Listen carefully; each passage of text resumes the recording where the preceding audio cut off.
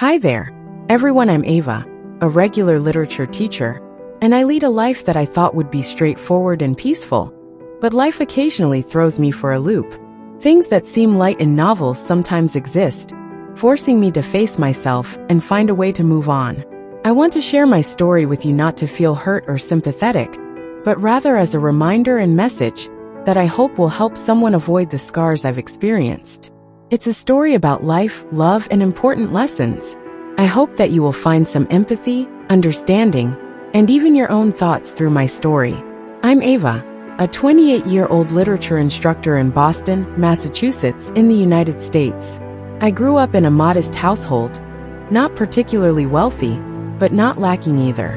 And my parents always supported and encouraged me to continue my education. Ever since high school, I have fostered the desire to become a teacher who can inspire and sow the seeds of knowledge and love of language for generations of students.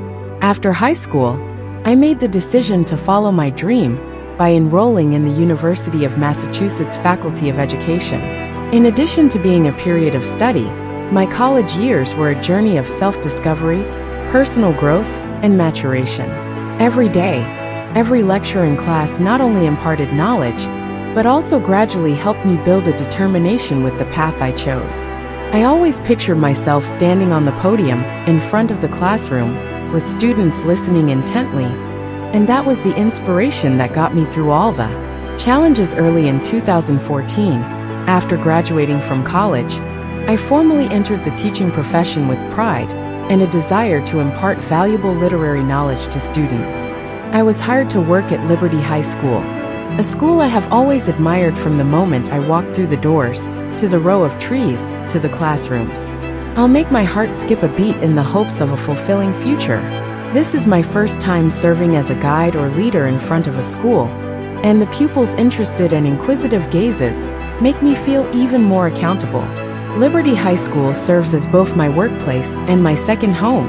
As each day goes by, I get to know my coworkers and learn how to modify each lesson to fit the needs of the students. I always hope that each literature lesson will be more than just a lesson. Rather, it will be a time when students can find joy and empathy in every word and gain a better understanding of the world and themselves.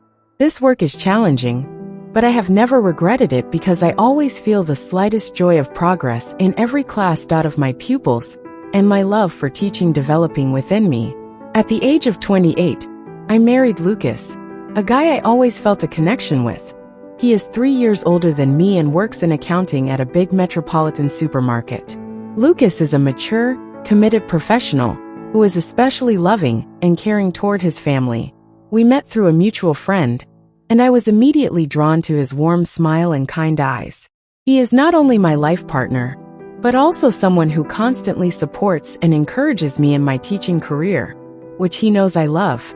Our married life may not be a picture of prosperity, but it is full of laughter and peaceful moments. Our modest home is situated on a quiet street not far from the city center, which makes it easy for me to get to work every day, while still allowing me to enjoy the peace and quiet after a long day.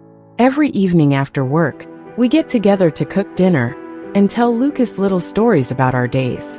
The warm light in the tiny kitchen made me realize what happiness really meant, but I also wanted to support and contribute to the family business. I chose to tutor a group of 5 wealthy students in the city at night. They are intelligent but a little hyperactive kids, and tutoring them is both a way for me to make extra money and a challenge for me to get better at teaching. During the day, I continue to attend Liberty High School as usual, and after class, I will take advantage of the chance to go home for dinner with Lucas before heading to the students' homes to tutor in the evening.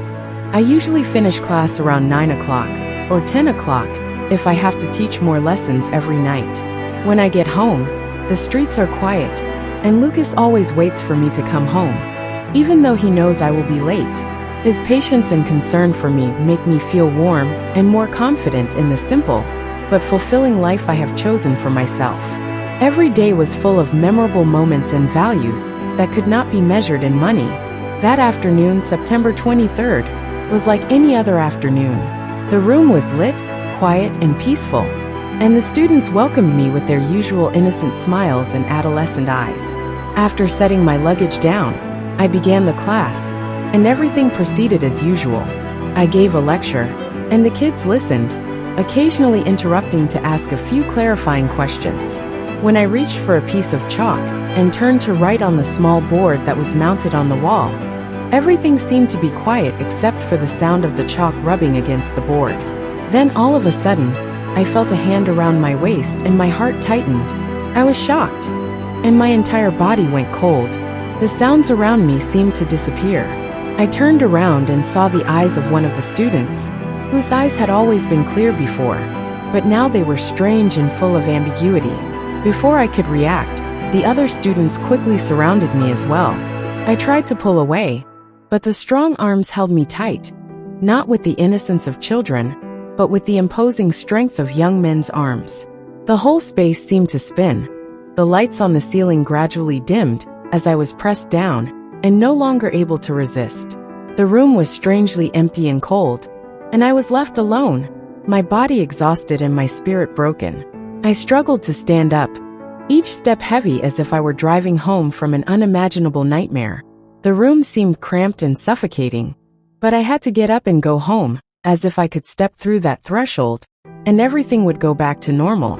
Once I arrived home, I had to keep myself calm, trying to hide the emotions that were surging, swallowing them all inside. Even though I had gone through a seemingly insurmountable shock, I still didn't show any signs. I entered the house and forced a smile at Lucas as though nothing had happened. His eyes looked at me with love and concern, but I had to keep everything inside and keep all of my emotions in a dark corner of my soul, so that I could lie next to him that night, eyes wide open, trying to find a way to erase the dark memories and carry on with my life as usual. The following morning, I made breakfast as usual, looked at Lucas in silence, and told myself that I had to end everything, not just the tutoring job, but the nightmare that had occurred. Lucas looked at me with some surprise, and I came up with 1,000 possible explanations, but finally I just sighed and said, "I feel too tired, want to spend more time at home." Lucas nodded, his eyes gentle without any doubt, just replied, "It's okay. If you don't go, I do enough to take care of the two of us. You don't have to try too hard." I sat there, guilt welling up, my heart heavy, as if carrying the dark night sky that I had tried to hide. His words made me want to cry, but I had to stay strong. After agreeing with Lucas, I started calling the parents of the students. I chose the most concise and professional way, saying that I could no longer tutor due to health reasons. Every time I heard the answer from the other end of the line, my heart ached, afraid that they would ask more questions, but fortunately no one tried to persuade or press me further. After each call ended, I felt like I had tied another knot, tight and discreet, pushing everything into oblivion. From that day on, I never returned to tutoring. Every afternoon, I returned home early, sat in my small quiet room, trying to force myself into a daily routine to forget what had happened, but the truth still lurked in my mind, now never fading, reminding me of a dark corner of life that I had accidentally stepped into and could never completely escape. That tragic night I had was a year ago.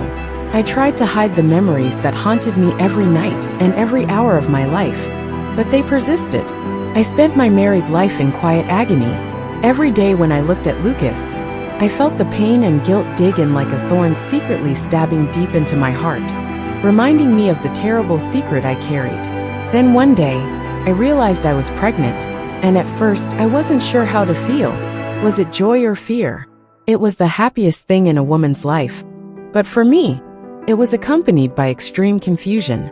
Lucas still loved me like before, still gave me gentle eyes, and still had complete trust, but I was unable to fully enjoy that peace.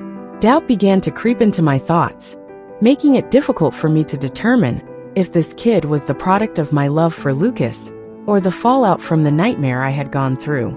The questions kept coming up, confusing me and preventing me from finding any peace. During the quiet months of my pregnancy, I was both anxious and hopeful. I prayed every night that the child would be Lucas's, that I could move on from the past and start over. But I couldn't get rid of the eerie feeling that I would one day be confronted with the truth. I would stand in front of the mirror and look at my expanding belly, feeling as though I was carrying a dark secret that would never be revealed. On the day of my delivery, Lucas held my hand and waited for the baby, his eyes glimmering with pride and happiness.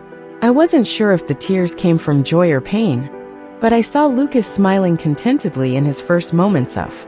As time went on, every time I looked at my little boy, my heart ached at his innocent facial expressions and his obvious laughter, which made me question whether this was truly Lucas's child. However, I was overwhelmed with confusion inside of me from that moment on, knowing that I would always carry regret and anxiety in my heart.